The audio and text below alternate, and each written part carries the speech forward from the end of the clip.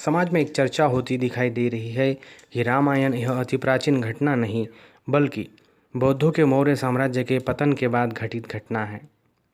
कुछ ऐतिहासिक तथ्यों पर गौर करें तो यह बात स्वीकार करनी पड़ती है। उदाहरणार्थ, रामायण में लिखित अयोध्या शब्द।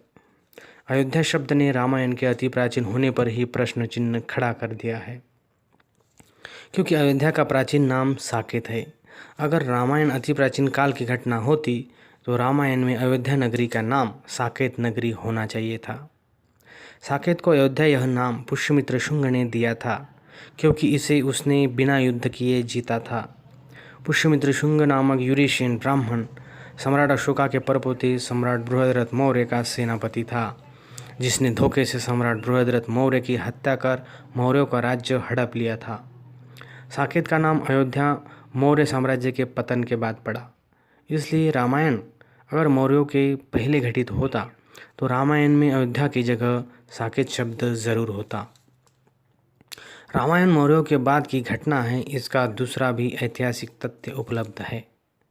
रामायण में राम ने एक जगह तथागत बुद्ध और बुद्ध के अनुयायियों का चोर और नास्तिक कहकर धिक्कार किया है। इतना ही नहीं, उन्हें दंड के भागी भी कहा है। चोरों की तरह इन नास्तिकों को भी दंड देना चाहिए, ऐसा कहा है।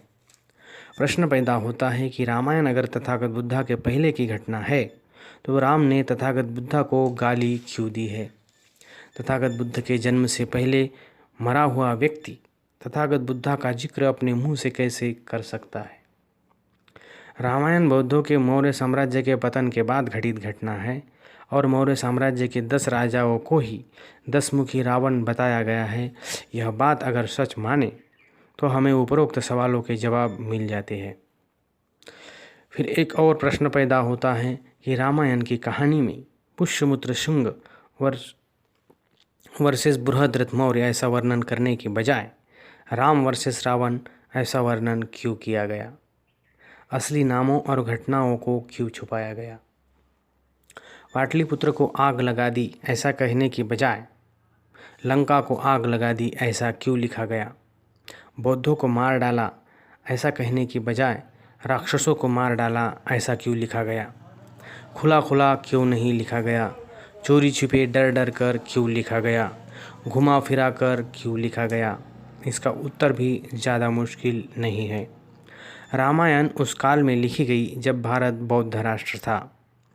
बौद्ध बहुसंख्यांक थे तो ब्राह्मण अल्पसंख्यांक। भले ही पुष्यमित्र शुंग नामक ब्राह्मण उत्तरी भारत के कुछ भूभाग पर राजा बना था, लेकिन ब्राह्मण जानते थे कि अपनी राजनीतिक सत्ता ज़्यादा दिन नहीं चल सकती। रामायण को पुष्यमित्र शुंग वर्सेस बृहद्रथ मौर्य ऐसा लिखने से ब्राह्मण बौद्धों की नज़र में खुले दुश्मन बन जाते। रामायण को धार्मिक ग्रंथ मानने के बजाय लोग इसे राजनीतिक ग्रंथ कहकर इसका धिक्कार करते। बौद्धों के ही देश में रहकर उनके ही विरोध में खुल्लम खुल्ला लिखना मौत को दावत देने जैसी बात थी, क्योंकि बौद्ध राजा महाराजा ऐसे ग्रंथों को जला देते और इन्हें मानने वाले ब्राह्मणों को भी देश से बाहर निकाल देते। बौद्धों से और बौद्ध राजा महाराजाओं से इस ग्रंथों को बचा कर रखने के लिए ही ब्राह्मणों ने रामायण को घुमा फिरा कर लिखा, कोड लैंग्वेज का इस्तेमाल किया। बौद्धों के डर के मारे उन्होंने ऐसा किया। बौद्ध कितने ताकतवर थे इसका उदाहरण हमें वेनसंग के लिखित पुस्तक में मिलते हैं।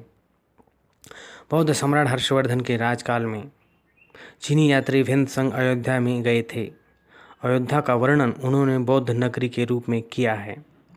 वहाँ उन्होंने असंख्य बड़े बौद्ध विहार, संघाराम और उसमें रहने वाले हजारों बौद्ध भिक्षुओं का वर्णन किया है। मतलब पुष्यमित्र शुंग के राजनीतिक सत्ता खत्म होने के बाद भी बौद्धों ने अयोध्या पर अपना धार्मिक वर्चस्व दोबारा निर्माण किया था। ऐसे बौद्धों से खुलेआम दुश्मनी मोल लेना ब्राह्मणों के लिए निश्चित रूप से खतरनाक था।